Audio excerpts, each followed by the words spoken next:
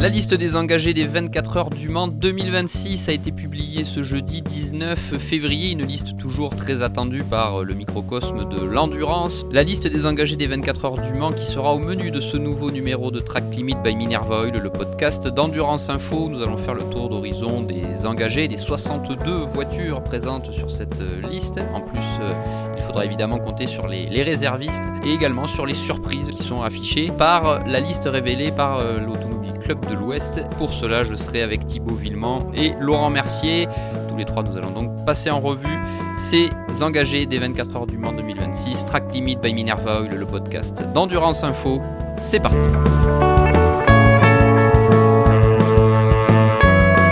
62 voitures seront donc au départ des 24 heures du Mans 2026 en juin prochain. Une liste que tout le monde attend évidemment du PFR, mais surtout les équipes en LMP2 et en LMGT3 qui ne sont pas présentes à l'année en championnat du monde d'endurance, et une liste qui comprendra donc 62 voitures. Thibaut et Laurent, on a pu faire un petit peu le tour d'horizon de ces engagés en amont de ce podcast, un podcast que nous enregistrons juste dans cette foulée de la révélation. Principalement, évidemment, si vous aviez vu nos listes sur notre site internet, vous saviez à quoi vous en tenir pour la plupart des engagés. Nous allons donc voir si nous étions dans le vrai. Thibaut, Laurent, globalement, peu de surprises par rapport à ce que nous avions publié il y a quelques jours, le 16 février pour être plus précis, avec principalement les invitations, les différentes invitations ELMS, IMSA ou Asian Le Mans Series qui se sont évidemment ajoutées à la liste des engagés du championnat du monde d'endurance, plus évidemment les dossiers qui ont été déposés à l'Automobile Club de l'Ouest. Thibaut, avec 62 voitures, on n'a pas de surprise au niveau du nombre global, et on n'a pas de surprise en hypercar puisque nous commençons par la catégorie Rennes avec le principal changement, on va dire, c'est l'invitation IMSA qui n'est donc pas décernée à Porsche Penske malgré le titre obtenu l'an dernier en IMSA, mais bien à Cadillac et à Wayne Taylor Racing. Bonjour à tous les deux, bonjour à tous. Il y a aucune surprise en hypercar, puisqu'il y a les 17 concurrents engagés à l'année en WEC et plus l'invitation IMSA qui, comme nous l'avions révélé il y a plusieurs semaines, a été donnée à Wayne Taylor Racing. Action Express Racing a décidé de se concentrer sur l'IMSA cette année. Il faut savoir que Le Mans, ça fait rêver tout le monde. C'est quand même pour les teams américains une grosse logistique. C'est beaucoup de fatigue. Là, ça fait quand même 2 saisons où Porsche Penske bat la concurrence outre-Atlantique, et donc Action Express veut vraiment récupérer son titre. Donc ils ont décidé de se concentrer cette année sur l'IMSA. Pour rappel, Acura n'est pas éligible puisque le règlement stipule que pour être éligible aux 24 heures du Mans, il faut il faut que le constructeur en question soit présent en WEC. Ce qui n'est pas le cas d'Acura, et donc voilà, pas de surprise, il n'y a pas eu de BMW ou de un autre concurrent qui aurait demandé une troisième entrée. Donc non, il n'y a vraiment aucune surprise côté hypercar. Laurent, l'autre nouveauté, si on peut l'appeler comme ça, ce n'en est quasiment plus une désormais, mais si on compare à l'an dernier, évidemment, la présence du Genesis Magma Racing avec les deux GMR 001 et les deux équipages qui ont été confirmés par la branche de Hyundai, avec André Lotterer, Pipo Derani, Mathis Jobert sur la numéro 17, et Mathieu Jaminet, Paul Louchatin, Dani Juncadella sur la numéro 19. Ça sera évidemment l'attraction et le centre de toutes les attentions dans la Sarthe en juin prochain, Laurent. Bonjour à tous déjà, mais c'est clairement la nouveauté de l'année en hypercar, hein. On a le départ de Porsche, mais on a l'arrivée de Genesis Magma Racing. Ça va être intéressant de voir ce que va donner ce nouveau constructeur. Le recrutement a été quand même suffisamment solide. Maintenant, il y aura quand même les quelques courses avant du championnat du monde d'endurance pour voir où va se situer cette GMR 001 face à la concurrence. On va espérer quand même que le retour de Wayne Taylor soit un peu plus prolifique que ce qu'on peut voir actuellement ou ce qu'on a pu voir dans le passé, parce que ça reste quand même en deçà de Action Express aux États-Unis, et bon, on va voir si cette année ça va pouvoir passer un step au niveau du Wayne Taylor face à la concurrence. Et on a aussi, si on regarde un peu du côté des, je sais pas si on va parler un peu des pilotes. Alors après, c'est vrai que Thibaut, tu l'as dit, il n'y a pas vraiment de surprise. Il n'y a pas vraiment de surprise non plus au niveau des pilotes parce qu'on connaissait tous les pilotes. Je pense que tu n'as qu'un seul rookie aux 24 heures du Mans dans la catégorie hypercar, qui est Victor Martins, qui fait son arrivée chez Alpine sur la numéro 36, avec Jules Goudon et Frédéric Makowiecki. Si rookie hypercar, tu peux rajouter effectivement Nick Cassidy qui a déjà fait le Mans GT, mais qui n'a jamais fait en hypercar. En GTEA en plus, hein, Nick Cassidy. Hein. Sinon, le reste, bah, y a pas de surprise particulière à attendre. Hein. On savait déjà, c'était pas cette catégorie-là qui posait le plus de questions. Ça nous fait trois hypercars de moins par rapport à l'édition 2025. Effectivement, la liste, pas de surprise. Après, il y a juste, voilà, ce sera intéressant parce que comme tu dis, il y a une nouvelle voiture, il y a quand même pas mal d'autos qui ont évolué. On pense à la Toyota, on pense à la Cadillac, la BMW. Donc, ce sera intéressant, bien évidemment, à plus d'un titre. Alpine aussi, exactement. Tu fais bien de le dire. Et après, on va voir aussi ce que va donner Alpine, parce que annoncer son départ avant le début d'une saison, je pense pas que ce soit tellement quelque chose de positif pour le point de vue sportif, mais bon, la suite nous dira si on avait raison ou pas. Messieurs, c'est évidemment la catégorie LMP2 qui était la plus attendue, notamment par les équipes, pour savoir si leur dossier allait être accepté, en plus des différentes invitations attribuées aux champions European Le Mans Series et Asian Le Mans Series. Thibaut avec 19 voitures, la catégorie confirme toujours sa bonne santé, hein. On ne peut que le voir en IMSA ou encore en ELMS et en Asian Le Mans Series. Dans cette liste, on retrouve des absents de l'an dernier, notamment DKR Engineering, Thibaut qui n'était pas là après avoir pourtant réalisé quelques belles performances en Pro-Am avec plusieurs podiums ces dernières années, mais l'équipe luxembourgeoise n'avait pas été retenue. Et c'est l'une des principales informations de ces équipes qui sont finalement prises pour ces 24 heures du Mans 2026. Étant dans l'ordre la première, on commence par DKR. Thibaut, c'est un retour dans un sens logique au vu de l'historique de DKR au Mans. Bien sûr, hein, ça aurait été dommage et immérité de ne pas les voir faire leur retour. L'année dernière, leur absence avait pas mal fait jaser. C'est quand même une équipe fidèle, comme tu l'as dit, qui a fait des podiums en LMP2 Pro-Am. Alors, on va pas se mentir, hein, l'année 2025 en ELMS a été compliqué, mais ce sera intéressant de voir ce qu'ils sont en mesure de réaliser cette année. Il y a quand même il y a un gros contingent LMP2 Pro-Am. On est à petit peu près, il y a 19 voitures en tout, comme tu le disais, dont, si je ne m'abuse, 10 inscrites en LMP2 Pro-Am. La lutte va être âpre, hein, alors qu'on a eu il y a 2-3 ans, quand DKR a fait ses podiums, sans vouloir retirer aucune valeur à ce qu'ils ont fait, il y avait quand même beaucoup moins de P2 Pro-Am. Après, ce que je retiens au global, c'est un gros contingent d'engagés, hein, puisque si je ne m'abuse, l'année dernière, il y avait 17 P2, l'année d'avant, il y en avait 16. Clairement, c'est plus qu'une variable d'ajustement. Hein. C'est le plus gros contingent depuis 2023 où il y en avait 24. D'accord, c'est encore une catégorie extrêmement forte, mais voilà, pour revenir à DKR, c'est somme toute logique. Laurent, l'autre arrivé, puisque là par contre ce seront des débuts. DKR est une équipe habituée, mais en revanche RD Limited, l'équipe de Romain Dumas, fera enfin, j'ai envie de dire, ses débuts aux 24 heures du Mans. On les attendait, au vu de leurs résultats l'an dernier en Asian Le Mans Series, on les attendait invités aux 24 heures du Mans 2025. Cela n'avait pas été le cas. Ce le sera cette année avec Fred Pourdade, hein, qui est à la base du programme en tant que pilote amateur.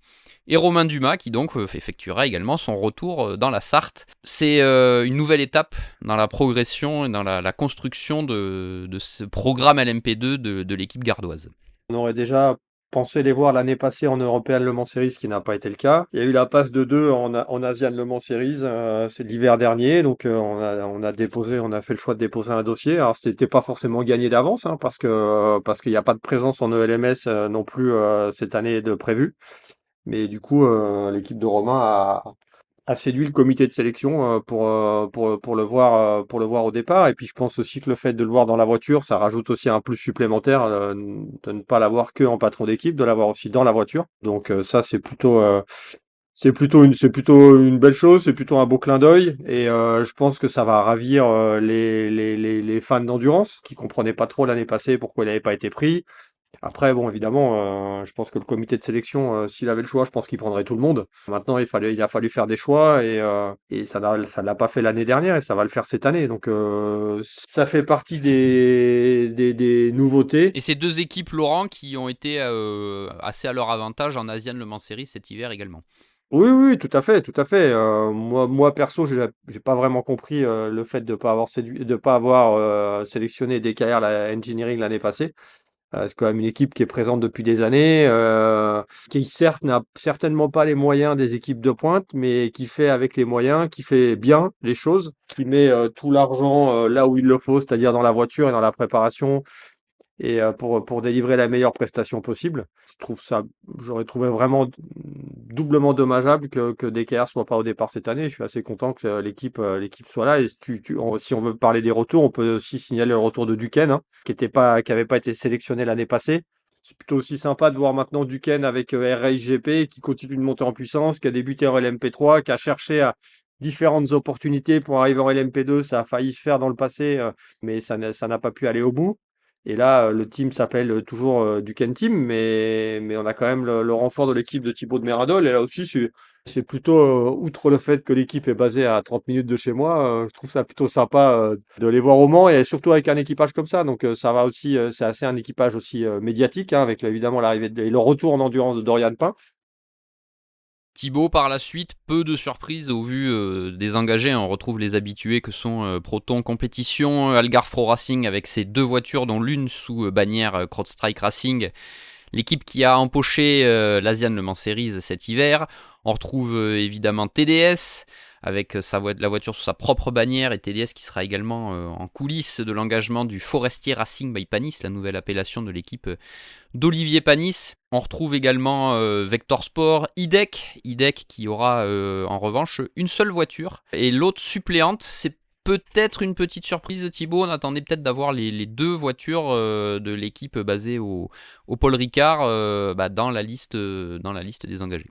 IDEC, moi, je les attendais pas forcément avec 2 voitures. En revanche, il y a clairement une équipe que j'attendais avec 2 voitures, c'est CLX, pour diverses raisons. C'est-à-dire qu'il y a une entrée, celle qu'ils ont eue, c'est une invitation. Et normalement, les invitations n'ont pas d'impact sur la sélection des autos. Et là, curieusement, leur deuxième voiture n'est que 4e réserviste, je crois. Je suis surpris parce que c'est une équipe qui est présente sur tous les fronts. Après, encore une fois, hein, le comité de sélection ne peut pas prendre tout le monde, mais c'est une équipe qui est présente sur tous les fronts, en P2, en P3, en ASIAN, en ELMS, en Michelin Le Mans Cup. Ils sont partout, alors les voir qu'avec une seule P2, ça me surprend un petit peu. Puis après, comme tu disais, il y a IDEC aussi qui est avec une seule voiture, mais bon, c'est quand on voit que il y a David Ennemeyer Hanson qui a annoncé sur cette auto, ça se demandait si Genesis Magma Racing est vraiment impliqué, comme c'est le cas, hein, en ELMS. La deuxième voiture de IDEC Sport est soutenue par Genesis Magma Racing, qui met des pilotes du Genesis Trajectory Programme dessus. Peut-être que Genesis étant en hypercar, ils ne sont pas apparemment impliqués dans l'engagement de cette deuxième auto, et c'est peut-être ce qui explique le fait qu'elle ne figure pas sur cette liste.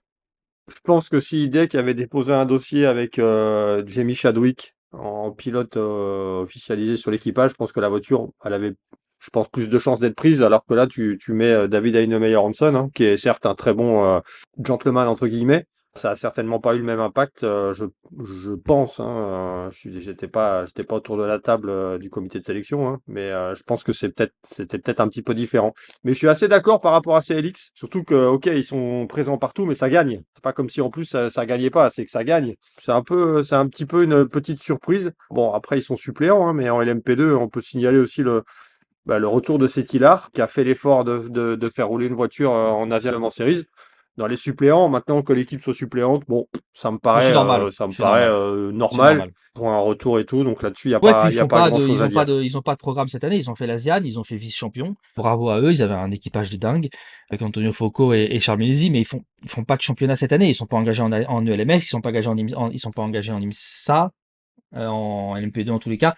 Bon, moi je trouve pas ça surprenant qu'ils soient pas retenus. Non, non, non, non, non, ça se tient. Par contre, juste pour rebondir sur IDEC, Laurent, est-ce que tu penses que, on sait que forcément Paul Louchatin ne sera pas sur la numéro 28 qu'il a l'habitude de piloter en ELMS puisqu'il sera chez Genesis en hypercar. On imagine que Paul Lafargue, qui est le seul pilote annoncé, sera accompagné de Job Van Neutert. Mais quid du troisième? Alors, si, il y a peut-être quand même quelque chose quand même à signaler, c'est que Proton Compétition, qui a 2 voitures, était même prêt à en engager une troisième, parce qu'il y a une troisième voiture sur la liste des réservistes. Bon, elle a un peu de chance, elle a peu de chance, pardon, d'être prise, puisqu'elle est dernière sur la liste des suppléantes. Chez Proton, on était quand même prêt à mettre la barre quand même assez haute, parce qu'avec 3 voitures, Conséquence aussi de la non-présence de la 963 en hyper. ouais, et en plus, il faut composer avec les 2 voitures aussi qui sont présentes en GT, hein. C'est ça. Non, mais après, moi, encore une fois, je reviens au même problème. Est-ce qu'ils méritaient davantage d'avoir une deuxième voiture que CLX en P2?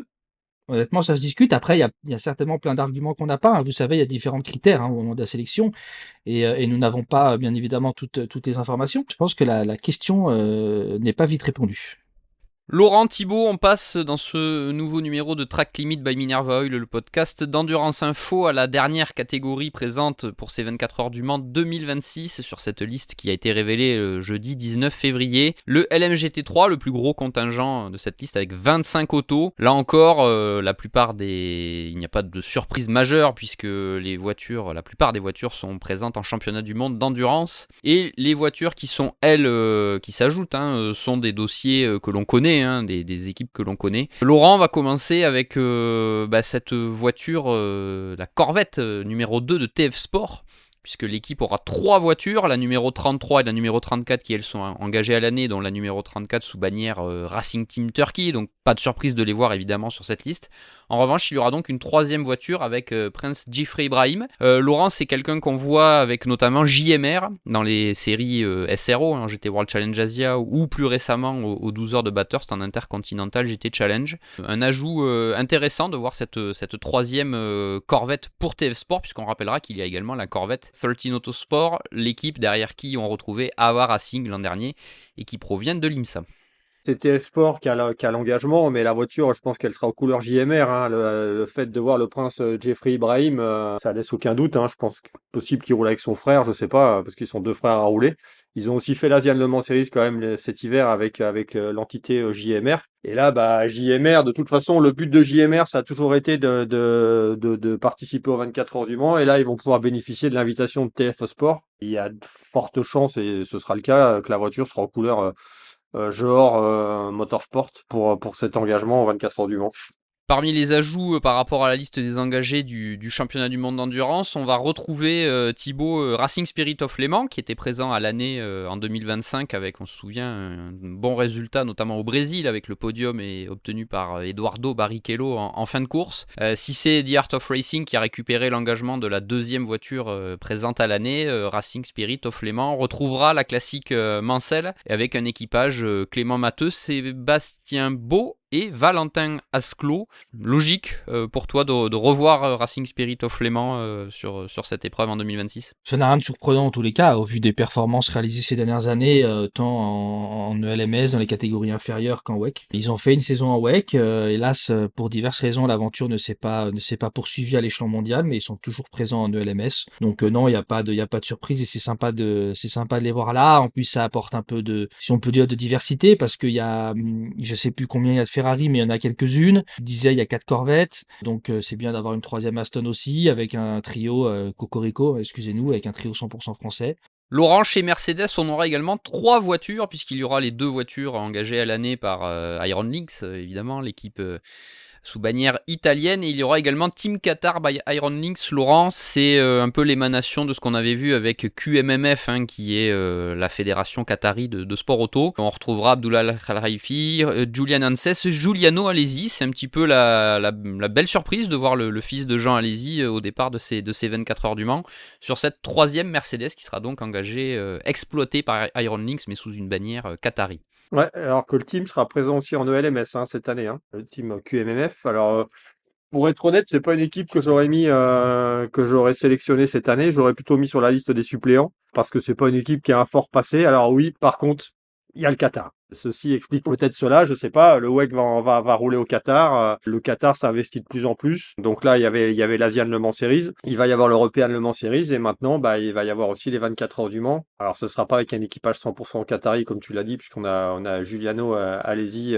qui arrive avec Julian Hanses, qui lui a l'habitude de rouler avec les pilotes du Qatar, notamment en 24 heures de Spa. C'était encore le cas l'année passée. Et moi, c'est un peu le seul, si je devais faire un bilan de la liste, c'est peut-être le seul truc où je suis pas forcément raccord. Tu vois que GR Racing est premier suppléant est encore suppléant pour la deuxième année alors que c'est une équipe qui est fidèle. Bon, ok. Alors là, évidemment, si tu rajoutes dans l'équation le Qatar plus Giuliano Alesi, peut-être que ça a fait pencher la balance. C'est pas une équipe que j'aurais vu sélectionner dès cette année.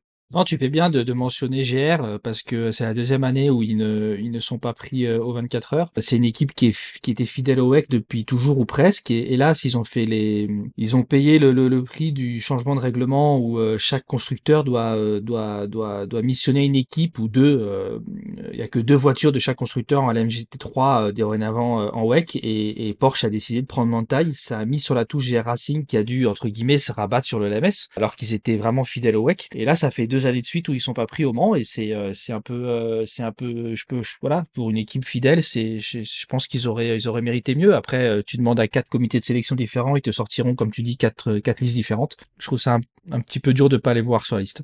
Tu parlais Thibaut du contingent Ferrari, hein. On retrouvera 5 Ferrari 296 LMGT3 dans leur version Evo, hein, qui fait ses débuts cette année. On les a vus notamment en IMSA aux 24 heures de Daytona pour entamer la saison. 5 voitures, on a les deux évidemment de AF Corse, les deux voitures engagées à l'année, la numéro 21 où on retrouve François Herriot notamment et la numéro 54 avec l'équipage habituel Thomas Flor, Francesco Castellacci et Davide Rigone. On a Kessel Racing, Thibaut, avec 2 voitures cette année. Là, c'est les invitations, Thibaut, hein, qui également parlent pour l'équipe de Ronnie Kessel. Takeshi Kimura et Daniel Serra seront sur la numéro 57, tandis que la numéro 74, on retrouvera Dennis Marshall, Dustin Blattner, deux pilotes que vous connaissez si vous suivez le GT World Challenge Europe, hein, qui ont largement dominé la Bronze Cup l'an dernier et qui seront associés à Lorenzo Patrese. Faudra peut-être faire attention à cet équipage, notamment de la numéro 74, Thibaut. Bien sûr, ils seront à suivre. Après, comme d'hab, Ferrari a un gros contingent, hein. On peut rajouter aussi la Ferrari numéro 150 de Richard Mille à F Corse, sur laquelle on retrouvera notamment Lilou Vadou. On va pas se mentir, c'est clairement dans le camp Ferrari, c'est sur les deux Vista F Corse, hein, qu'on va compter pour jouer la gagne. Mais comme je disais, il y a quand même une diversité qui est sympa. Il y aura 4 Corvettes, il y aura trois Aston Martin. On peut regretter, hélas, hein, l'absence de Valentino Rossi. Certains espéraient que WRT demande une troisième entrée pour permettre à l'ex-star du MotoGP de venir, mais ce sera hélas pas le cas. Pour revenir à Kessel, bah bravo à eux, hein. Ils ont glané 2 invitations, une via GT World Challenge, une via la Le Mans Series. C'était les mieux lotis, avec une autre équipe, hein, d'ailleurs, dont on n'a pas parlé, c'est Aoba ITF en LMP2, qui avait 2 invitations et qui en a donc refusé une. Ils espéraient mettre Rexy, finalement ils se sont rétractés, ils espéraient transformer les 2 invitations P2 en invitations à la MGT3, mais ça marche pas comme ça. Et donc finalement ils se sont assis sur une des 2 invitations.